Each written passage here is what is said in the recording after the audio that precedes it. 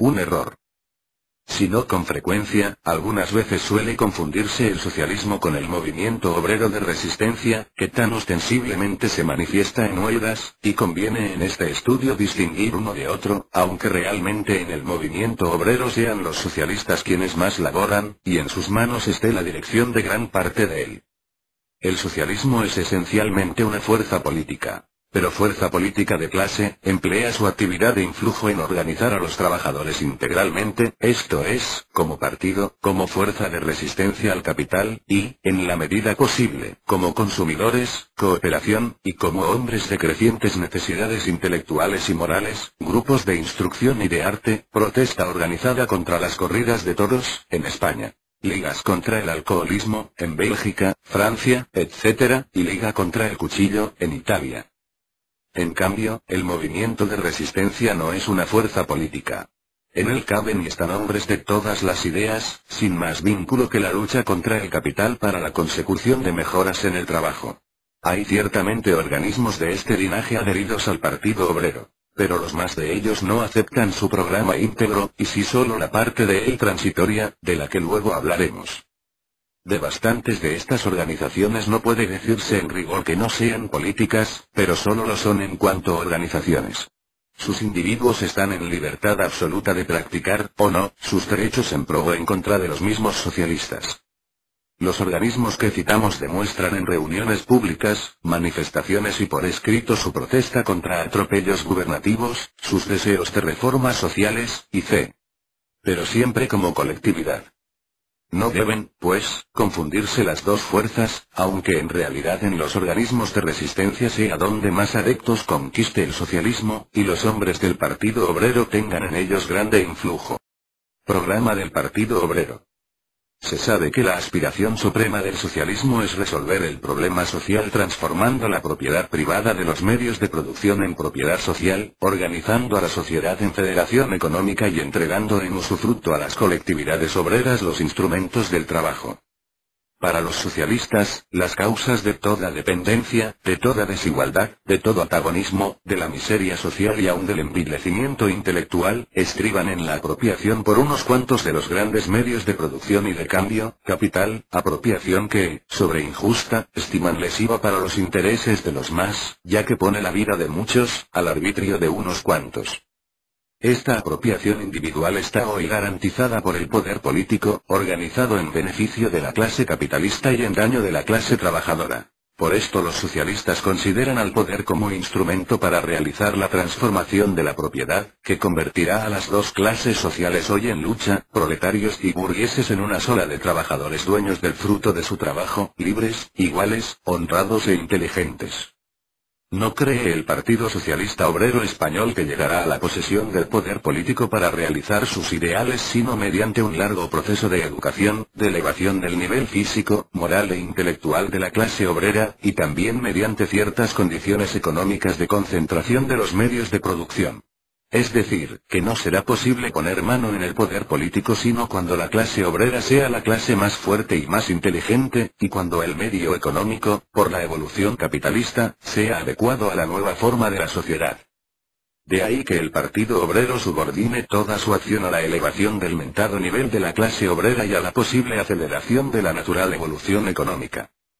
Y, aparte organizar a los trabajadores para la resistencia, que es también un medio eficacísimo de concentrar el capital, tiene el Partido Obrero un extenso programa transitorio, de reformas políticas que comprende los derechos todos para uno y otro sexo, la abolición de la deuda pública, la supresión de los ejércitos permanentes, y el armamento general del pueblo, la supresión del presupuesto del clero, y la confiscación de sus bienes y la injusticia gratuita, y otro programa de reformas de carácter económico, más extenso aún, que abarca la legislación del trabajo, la enseñanza integral, laica y gratuita en todos sus grados, la reforma de las leyes de inquilinato, y de cuantas lesionen los intereses de los trabajadores, la reversión al estado de las minas, arsenales, ferrocarriles, y su explotación por las sociedades obreras, así como la de todos los talleres del Estado, la abolición de todo impuesto directo, y el impuesto progresivo sobre rentas y beneficios mayores de 3.000 pesetas.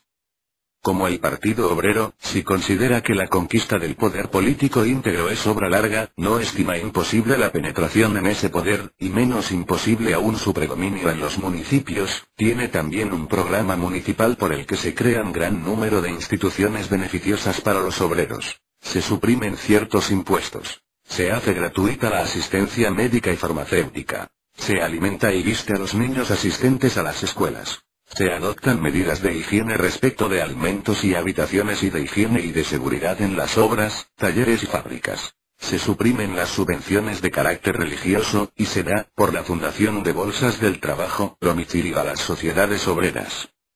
En suma, con el programa mínimo que así se llama el de reformas inmediatas y con el municipal, se tiende a los fines que quedan indicados. Aumento en el bienestar y la cultura del obrero, educación política, concentración de los medios de producción y de cambio, reversión al estado de los medios muy concentrados y municipalización de servicios, alumbrado, fuerza motriz, agua, calefacción, tranvías, y c.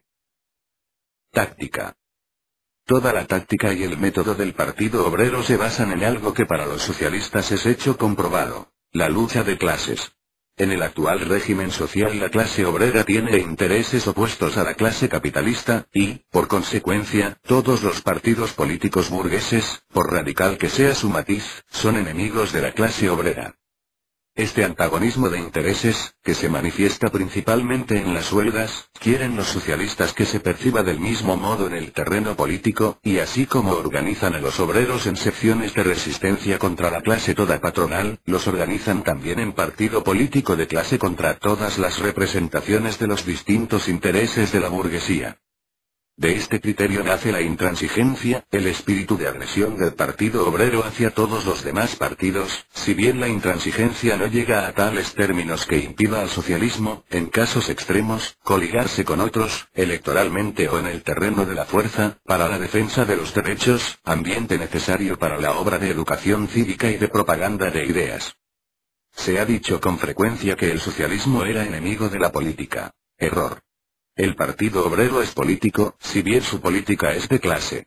Interviene en elecciones, aún persuadido de que no obtendrá victorias materiales, y no cree imposible el logro total de sus aspiraciones simplemente con el ejercicio de todos los derechos, y más señaladamente con el derecho electoral. No espera tampoco nada de nadie. Lamenta que la corrupción de las costumbres políticas y la apatía del país hagan más difícil su labor, pero está persuadido de que su esfuerzo tenaz logrará respeto para los derechos, creará costumbres políticas y se impondrá a sus adversarios. Su fracaso, llamémosle así, en pasadas elecciones, lejos de hacerle poner esperanzas en una milagrosa sinceridad electoral de los gobiernos, más lejos aún de haberle llevado al escepticismo, le ha enseñado, por las ventajas conseguidas, que con tenacidad e inteligencia creará una enorme fuerza política.